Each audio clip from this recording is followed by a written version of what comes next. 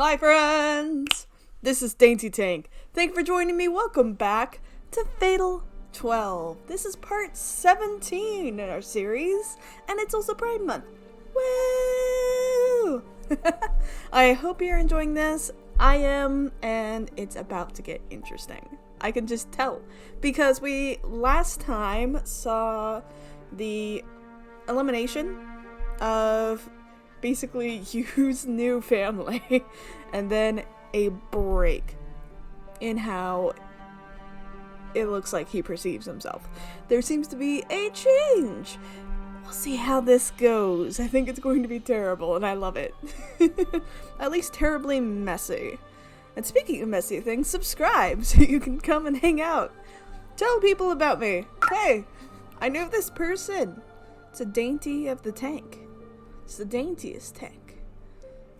Anyways, so here we go. We're gonna continue. Let's load. Yeah, you woke up absolutely freaked out from that. Haha. I woke up drenched in sweat. The gross and sticky kind, no less. Ew. Lyeth is nowhere to be seen, so I assume it was another midnight departure. What in the world happened during that election? The moment Alan got his hands on that card, it shattered. It was Yu's regret card, too. No more regret there. I have that card as well, so I've got a bad feeling about this. Peek into my own book of cards, fearing the worst. No way, what's going on here? I'm sure the distress in my voice is apparent. Yu's regret card has vanished. It's no longer his regret. You can change your regret. This has never happened before. If the card disappears, does that mean his regret has disappeared? That can't be right. His regret was about his mother's cooking, so it wouldn't disappear because I made him one dinner. Even if I did, wouldn't have lost the card sooner. Shikatsugu wouldn't have had it either. Yeah, but there's a new regret, is what I'm assuming. Is that a new regret that overwhelms and overrides the mother's cooking regret? Which means there's only one possibility. That's why I decided to go back to Shikatsugu's house after school. Why?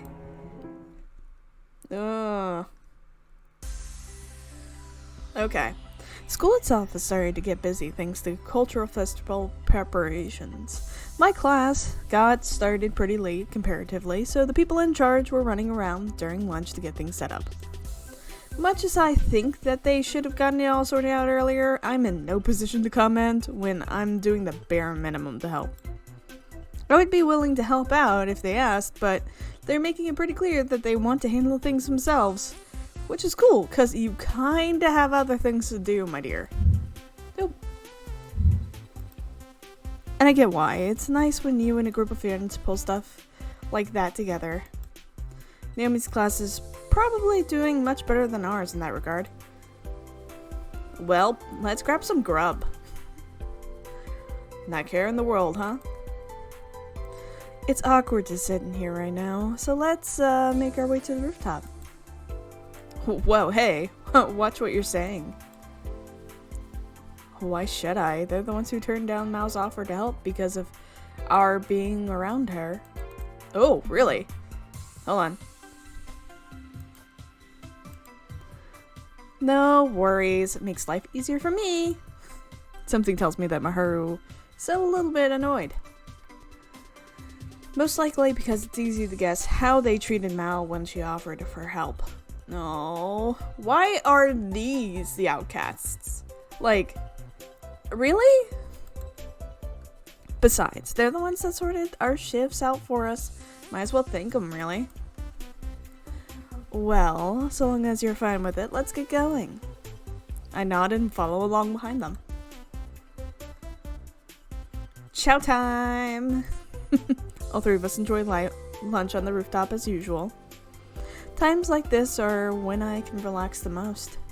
Just as I'm enjoying my tonkatsu sandwich, a familiar voice calls out as the rooftop door opens. Sorry, is Rinka here? Naomi. Oh no. Bum bum bum. Yo, Naren. Feels like ages since I last saw you. Oh, hi, Mao. Good day to you, Maharu. Maharu makes eye contact with her, but says nothing. Both Naomi and I understand why, so Naomi makes her business clear right away. I have some coffee coupons, so here you go. She hands 3 tickets over to us. The word coffee is printed in the middle in a oversized font.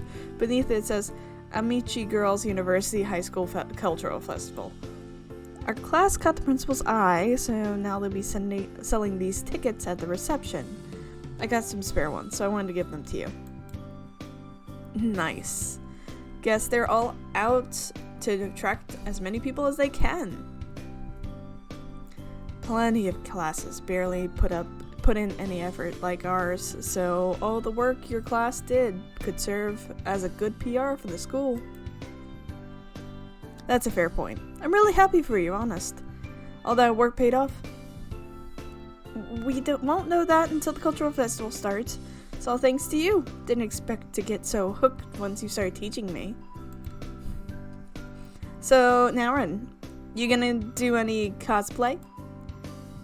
Mao poses a new question to cut off the current conversation. Mm-hmm. Mao's face turns a bright red. Naomi's face turns bright red in response. Cosplay? You mean like Maharu does? I'll have you know, that's just my official work uniform. Sorry.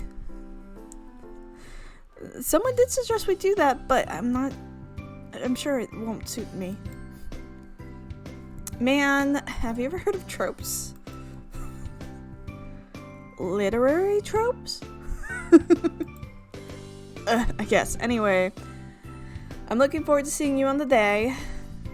Mao shoots a wry smile at Naomi. Oh, right. You free the Saturday after the cultural festival? We're planning to hang out somewhere again. I figured you might want to join. I'm free, yes. Are you sure you want me to come along, though? I won't object. Neither will Rinka, I assume. Yep, don't know what we're doing, but it'd be nice to get out again. What happened to my karaoke idea? I look forward to it, but promise me that you'll come along during the cultural festival. Naomi, no worries, we'll be there. Good luck with preparations. Thank you! Do my best to swallow the words I was about to say to her as she walks off. Ah? What words were you about to swallow? Did you swallow? Maharu fires a glance at me as I do. I can only imagine the feelings behind her current expression. What? What is going on in the subtext here? Like, did Rinka have feelings for Naomi? Is Maharu sitting there shooting glares of, hey, date me instead? What's going on? You two should eat up before lunchtime is over. The line selection is in my thoughts more often than I'd like these days, but Mao's comment ejects it from my mind for a little bit. Another day spent eating lunch together with friends under a blue sky. Another day spent casually treading the thin line between the life I want and the reality I must face. Yeah, there's a lot kind of going on here. When school is over, I catch up to Mao on her way home. What's wrong? It's unusual for you to approach me like this. Maharu was already aware of the situation after her help in fitting off numeral 11. I don't want to skip on the details, so I make sure she gets the full story after Saturday night.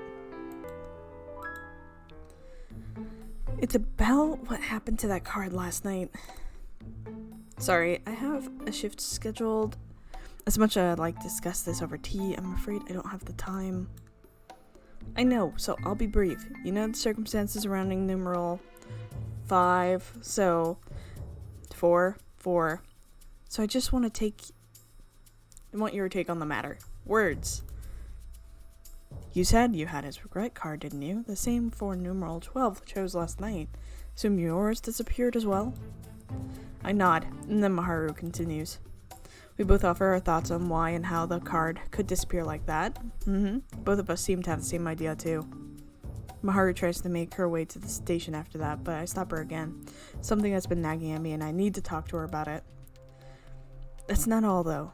Something's been on my mind ever since Shikasuku's, the one eliminated last night, divulged a certain story to me. And what type of story was that?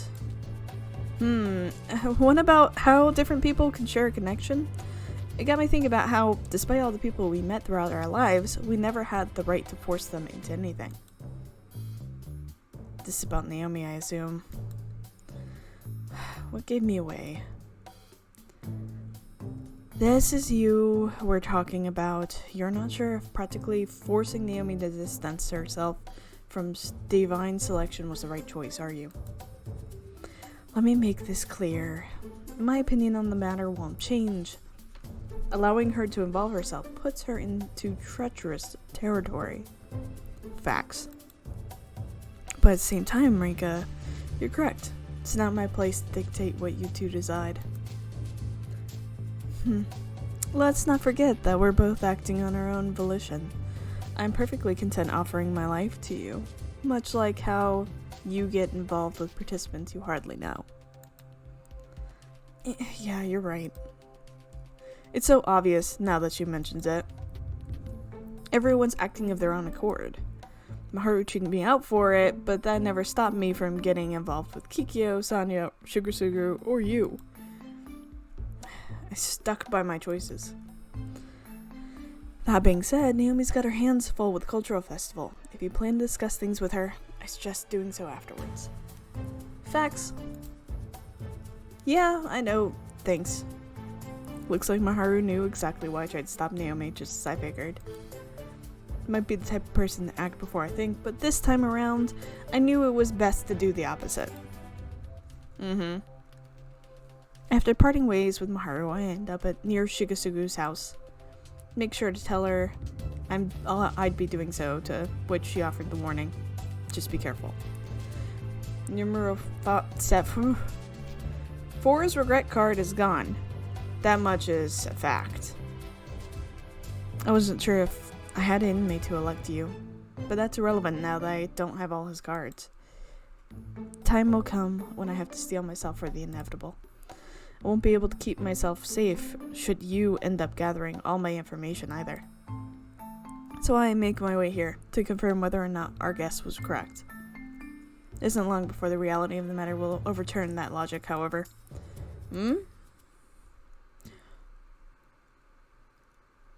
Oh. I stand in front of Shigasugu's house, mouth agape. That might not be the right way to put it. The house I've become so familiar with is no longer there. In its place, an empty lot. Not a single trace remains of the place Shigasugu spent his final days. A gust of wind blows through the lot, as if to accentuate the emptiness I feel. At the same time, I notice a familiar figure. There we go. Why didn't you elect me? It's numero 4. You. His appearance hasn't changed since we last spoke, but his voice sounds somewhat younger. I asked you to kill me. I begged you to. But you didn't. Why? Someone sounds even more serious than he did Saturday night. Will you kill me during the next election? I'm not sure. It's all I can muster. He casts his gaze to the ground before replying. I knew it. You wouldn't elect me even if I tell you my regret. His voice grows deeper than before. His eyes are as empty as they were in the court of fate. You still don't know what you should do. Don't worry. I'll make sure that you kill me. Your memories came back, didn't they? That's why your true regret replaced the one that we knew. Just what was locked away within your memories? Hell on earth. Whoa. I'm not sure what he means, but doesn't seem to matter to him. He turns his back to me before continuing. I hope you're prepared to face what happens next. Wait, there's still more. He ignores my plea. You'll be the one too. I fail to catch his final words before he leaves. The tone of his voice has changed yet again. It felt as though each and every word he said pierced me. As he fades into the sunset on the horizon, it reminds me of someone marching into a blazing hellfire. Yeah, you kind of did this to yourself. Yeah. Kind of did. Now he's got it out for you. Once home, all I can do is think about what you said. About how I don't have it in me to elect him. It's true that he asked me to do so, but I never even had the opportunity to apologize for denying him that request. I opened my card book once more. This is still here, at least. It's suspected his memories have returned. His mother's cooking was a regret born from his amnesia. There's no doubt it was rooted deep in his psyche, but also inherently different from the regret he held before losing his memories. By that logic, it's odd that his name card didn't disappear along with his regret after regaining his memories. Yeah, but if you feel so connected to Shugasugu, then the name he perceives himself as means more. But the name card is still here. If the cards are based on personal perception, then it makes sense. So 2 possibilities exist. The first is that he had no name before.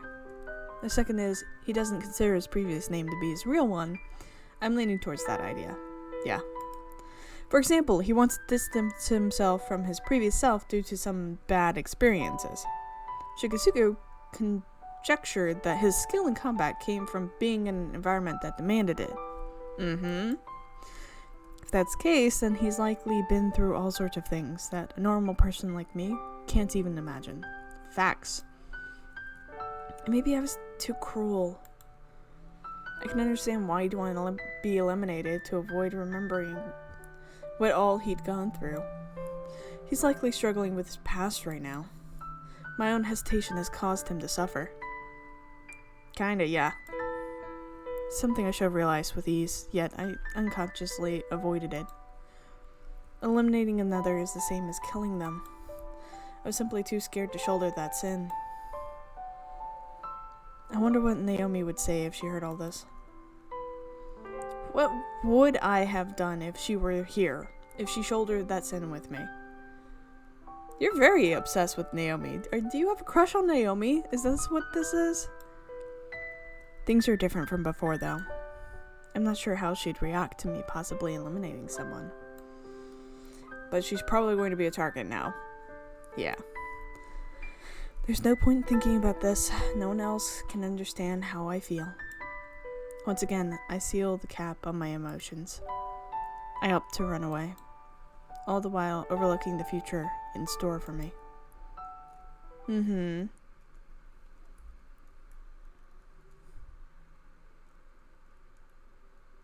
Friday. Jeez. In the end, I spend my days following that as normal. The only notable difference is everyone getting ready for the cultural festival. I put a temporary hold on my efforts to gather information, too. Mainly because I was curious about what you said. I expect them to have some sort of move against me, so I've been half-heartedly watching out for that. I made sure to fill my Haru in, too. Somewhat ironic how I chose to not form a pact with her, and yet we're practically working together. We haven't shared the details of one another's cards, but that's about it. Mario seems to be at something of a loss regarding how to proceed herself. As for Ellen and number 11, I haven't seen either of them since our last encounter. Probably a good thing. Ellen did mention that he was trying to get his hands on the information pertaining to that duo, so it's possible that both parties are scouting each other out. Ugh, things can't go on like this. I decided to go for a walk through the park, take my mind off things. Cultural festival starts tomorrow and ends Sunday. Shouldn't have to worry about being elected this week, so long as I don't do the same to anybody else. Hope that things settle down a bit during the cultural festival, since I've been hitting a wall so much recently. Need to get out my frustrations today in order to accomplish that, though. Sitting down on my favorite bench, I gaze at the buildings in the distance. Single crow flies past, which makes the clock tower that already stands out all the more captivating. I still find it hard to believe that this is the final destination Parsa mentioned. To me, it's a place I associate with memories of my childhood and my talk with Naomi a while back. I have to admit, I'm surprised Maharu didn't tear me a new one on Monday. Maybe something changed within her during Divine Selection. Actually, hang on. If anyone's changed, it's me. Yeah! I'm able to talk things out with her now. Same might apply to her. I've noticed that we've been keeping fewer things from each other. People can't forcibly change one another, but the way we interact with others can change along with us. That said, Naomi never changed her attitude toward me despite how I treated her. She did everything she could to maintain the status quo. I understand the weight behind her offer to share responsibility with me far more than I did back then. Naomi. God. Ugh. Ugh. That was loud. My phone rings as if in response to my mumbling. Open my text app only to learn that's none other than Naomi. Text reads, "What is it?" That's odd. It's like she heard what I just said, but that can't be. I didn't butt dial her or anything. Rinka! Hear a voice come from behind me. Part of me thinks I'm hearing things. Naomi! Sorry, I didn't intend to surprise you like that. Don't worry about it. Shouldn't you be preparing for tomorrow? We're mostly finishing setting up, so we all decided to go home early today. Of course, we have to wake up extra early tomorrow to make up for it. Have you ever gone through not being able to sleep the night before a big excursion? Not really. How very like you. I was one of those kids myself. So, I was going through something similar today with nerves and all, so I figured it might calm down if I came here and found you. I, actually really like this place, so I've been coming every now and then ever since you first brought me here. She struggles to hide her shy expression, not to mention her flushed cheeks. Oh, I feel myself cracking a smile. You are the class leader, so I guess you've got stuff on your mind. Don't put me under more pressure than I already am, please. I hardly stand out. This is the first time I've done something like this. It doesn't help that I've always been introverted. You'll be alright. I know I shouldn't laugh, but there's just something inherently adorable about her. Yeah, you have a thing for Naomi. Part of me is envious over her ability to worry so much over something like this. But that isn't the main reason I find myself smiling. I don't think I could ever imagine things turning out like this when we first met. Don't bring that up, please. I'll die of embarrassment. It was around the beginning of April, wasn't it? Feels like long ago now. Flashback? Oh, new place, library. That's an awesome library. It was a Saturday after the first and second years had their entrance and opening ceremonies, respectively. Class ended in the morning for us that day, but I was told to stay behind and finish all my homework I hadn't handed in. Not that it was my fault I hadn't done it. Gran was going to the countryside at the end of March, so I spent most of my time helping her with her luggage or making preparations for living on my own, not to mention the time spent learning the ropes so Lionhouse can stay open. Those were all personal circumstances, though. Bringing them up with my teachers felt like I'd just be making excuses, so I refused. Thus, I ended up retreating into the library to get it all done. The place was empty because the new term had just begun, with the exception of one person. There we go. That person was Naomi. It was Naomi, who was just starting her life at Amicia. She must be real bookworm to visit the library already. It's my first impression of her. I made my way over to an empty seat, piling up all the homework waiting to be done. Naomi sat not too far from me, reading through a big pile of books. Thinking back, she must be a speed reader, considering she planned to finish the whole lot. Does she enjoy reading books here? Couldn't help but ponder aloud. She must have made some coffee and gotten cozy on her own bed to read if she just took them all home. Granted, it wasn't my place to question her logic while I sat there to finish my homework at the beginning of a new term. Not even sure how long we were in there for. All I remember was that it grew pitch black outside. Just as I was about to leave to avoid being shouted at for staying past opening hours, I noticed that Naomi was still there. She wasn't reading, though. She looked like she was searching for something. She made her way through the bookshelves, checking the spines one by one. Oh no. Can't recall if she had those exact words or not, but I did hear some sort of panicked noise. Her expression and attitude made it all the more apparent. Hey, something the matter? Oh, sorry. I was just about to leave. It's fine, I'm just a student. Did something happen? You seem troubled. Her reaction forced me to remember my bad reputation. Mao said that rumors about me spread like wildfire, even over the most minor of things, so the first years may already be aware of me. I thought she was in the grade above you, not below. Golden streaks in my hair, an intimidating expression, and petite. It hurt to admit it, but most people would recognize someone with such specific traits. As what? As like, cool? Want to hang out with them? I do not understand this school.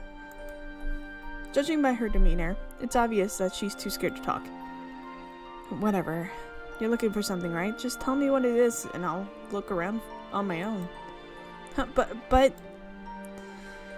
It won't be long until a teacher kicks us out. If you don't want me to help, fine, but it seems important to you.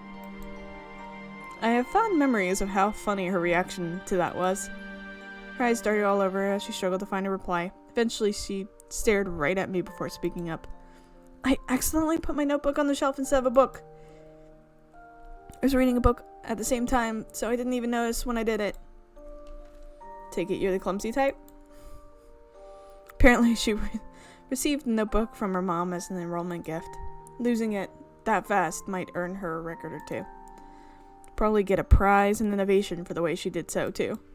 That said, I felt bad for her. Didn't seem likely that anyone would stumble across it considering how many books the library had. Things would only get more difficult as days passed and people switched them out in and out too. That's why I decided to help her out. Teacher eventually did come along to chase us off. I stopped searching at that point, instead opting to buy Naomi some time. An hour or so later, she managed to find it. How did you buy time? Thank you so much for your help. You even went and convinced the teacher for me. I'm not sure what I did counts as convincing, but hey, I'm glad you found it. Better make your way home now. Could we go to the station together? People are gonna start rumors about you if they catch you with me. Rumors? Why would they? You should know. Weren't you scared of me earlier? Scared? Oh, not at all. I was just embarrassed over what I'd done. Maybe the only person to lose something like that. No, you're not. That's probably true. Thanks, Rinka. Jeez. I felt dumb for worrying about my reputation. She didn't know, and my parents hadn't intimidated her. It wasn't all that special a moment when I think about it, but somehow I felt like it was. Tsushima, Rinka, pleased to meet you. Naomi, pleased to meet you. I think it took less than a week for her to become more casual around me. It's worth noting that she tripped over herself on our way to the station. Just a note. She completely ate it and, went face first into the ground on the way to the station. She's been like that ever since. There was nothing special about how we met, yet it was a memorable occasion to me regardless. Is it because you made a friend? Both of us laugh as we talk about the past. Why'd you have that notebook out in the library anyway? I make a point to note down the title of whatever I've read and my thoughts. You could say it's my diary of sorts. My thoughts on certain books change depending on when I read them, too. It's taken 2 months, but now my curiosity is sated. Makes sense considering how organized she is. Hey, about Monday. Rinka and Maharu. Probably Rinka and Naomi. Hey, about Monday. Can I ask about... We both speak at the same time, interrupting one another. The embarrassment that follows leads to a brief silence. Rinka and Maharu. No, it's Rinka and Naomi here. We could do it the second time, but now Naomi smiles. You go first. Thanks. I wanted to wait until after the cultural festival, but this feels like a good time. I want to apologize for the way I treated you. Sorry for trying to wedge a wall between us. That was selfish of me. Not at all. I know you did it out of concern, so there's no need to apologize. Her eyes are darting all over again, but I make sure to keep my eyes on her. I need her to understand that she shouldn't hold back. Noticing that, she nods. Nothing's changed since then. I'm still as weak as ever, so if you're fine with it, then... Naomi cuts me off with a hug. Aw, she puts me right in and squeezes hard enough that I can feel each of her fingers caressing my back. You already know the answer to that question. Thanks, Naomi. Oh, sorry for hugging you out of nowhere. She pushes away from me, leaving her hands out in front of her. I grab both with my right hand and then place my left on top. Grab. Like, just... It's a little weird, like a little awkward to do that. Like, wouldn't it be cuter to just go... Yep, You should focus on tomorrow and Sunday for now, though. Right. We spend some time chatting away after that. Once the park is about to close, we leave. It really is strange. The time we spent together in the park was brief, but it made me feel far better than I had in a long time. Something gonna happen to Naomi. Is that what I'm about to see? Oh my. Good morning. Morning. Maharu arrives at school as I'm thinking back over the past week. We agreed to meet before moving on to help our class with stuff. Just waiting on Mao now. Then the 3 musketeers will have gathered. You seem less concerned than earlier this week. Did something happen? Nah, I just went on a refreshing walk. I'll take your word for it. As much as I love your troubled expression, I'd much rather see you relax today, especially when the fruits of Naomi's labor are on display. Not every day that you concern yourself with her. Do you think? I'm more than willing to admit that she's been working hard for this. Yeah. There it is. That's the smile I want to see. I'm glad that even I can make you wear it. Oh. Jeez, you know how to exaggerate. Morning, troops! Sorry, kind of overslept. Well, turns up 5 minutes late. Her face, not to mention the bags under her eyes, make it obvious that she's pretty worn out. Figured I'd be solid, but then I started to read some manga I had lying around. Man, I'm beat. Not like you're any different during the week. We did set the meeting time, not expecting this to happen though, so let's go.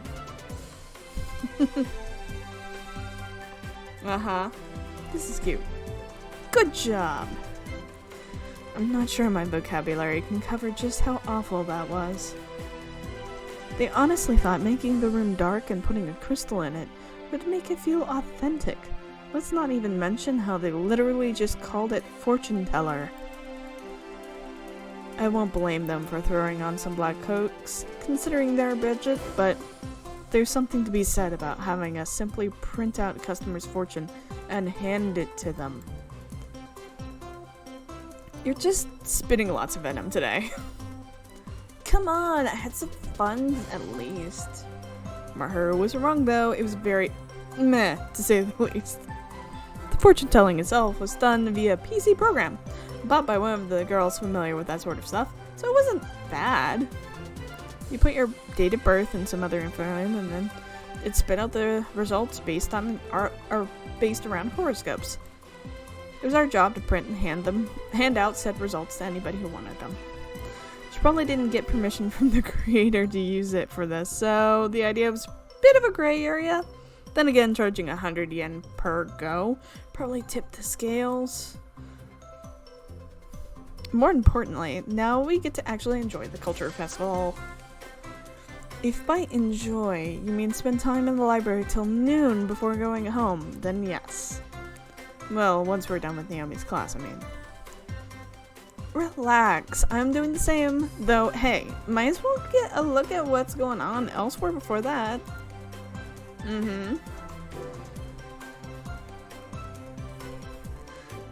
I'm beat. We actually ended up walking around the whole school.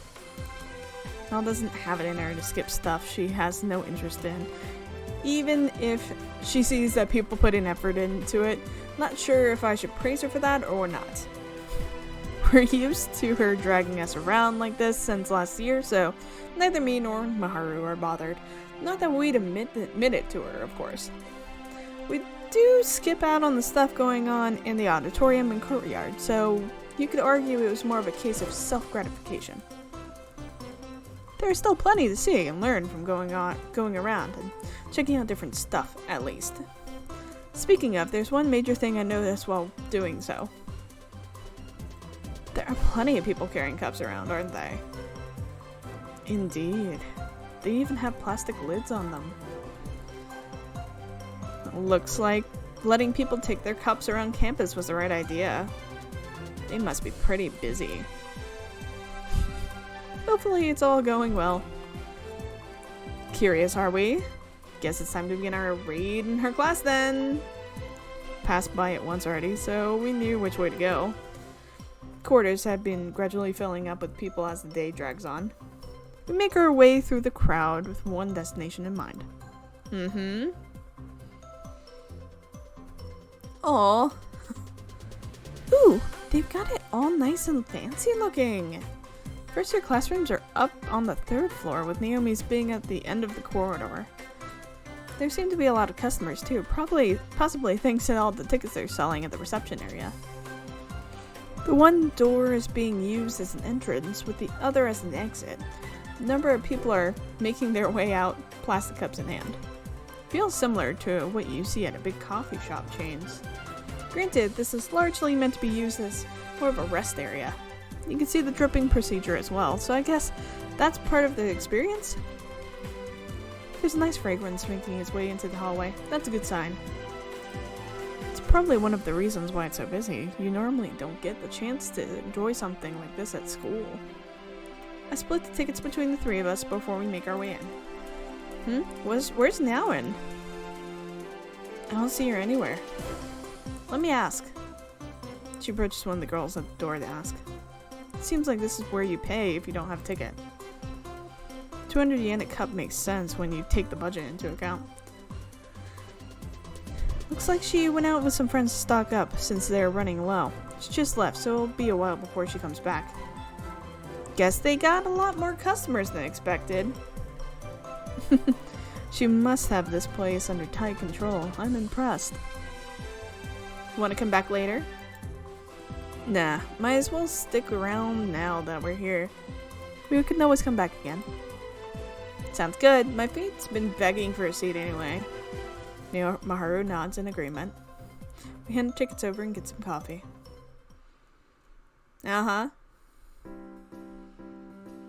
The same chairs we use in class, but they have nice tablecloths and decorations set up on the desks. It makes it an ideal spot to sit down and escape from all the activity outside. The coffee's nice and fragrant, so it's definitely worked hard on it. I can just imagine Naomi doing her best to teach everyone how to brew it. I hope to get the chance to taste her coffee when she gets back. Naomi's fondness of Linehouse is rather apparent. Is kind of similar now that you mention it. Feels like a spin-off. Makes sense considering how often she came. I helped her pick out the coasters and things too. You truly are a big influence on her, aren't you? Mao asked for some milk and extra sugar. Take a peek into her cup to see the results. Her coffee is almost pure white. She takes a sip before changing the subject. Oh yeah, was there a new transfer student or something among the first years? I know someone I hadn't seen before. They're small and have white hair. It's you. Couldn't get a proper look, but I caught sight of them this morning. I'm not too familiar with the other years, so I couldn't tell you. Same, I should've. I'm surprised you noticed, though. It's hard not to notice a kid like that. They sound out so much. As much as you, Rini. Looked a bit young to me in high school, but their boyish appearance was kind of cute. No doubt they got tons of chocolate on Valentine's Day. Did they stand out that much? There we go. Yep, want me to ask when we get the opportunity? It can't be. All the dots connect as she describes this person to us. White hair, young looking, boyish. There's only one person I know who fits that description. Yeah, it's you. Probably overthinking things. They had our school uniform on, right?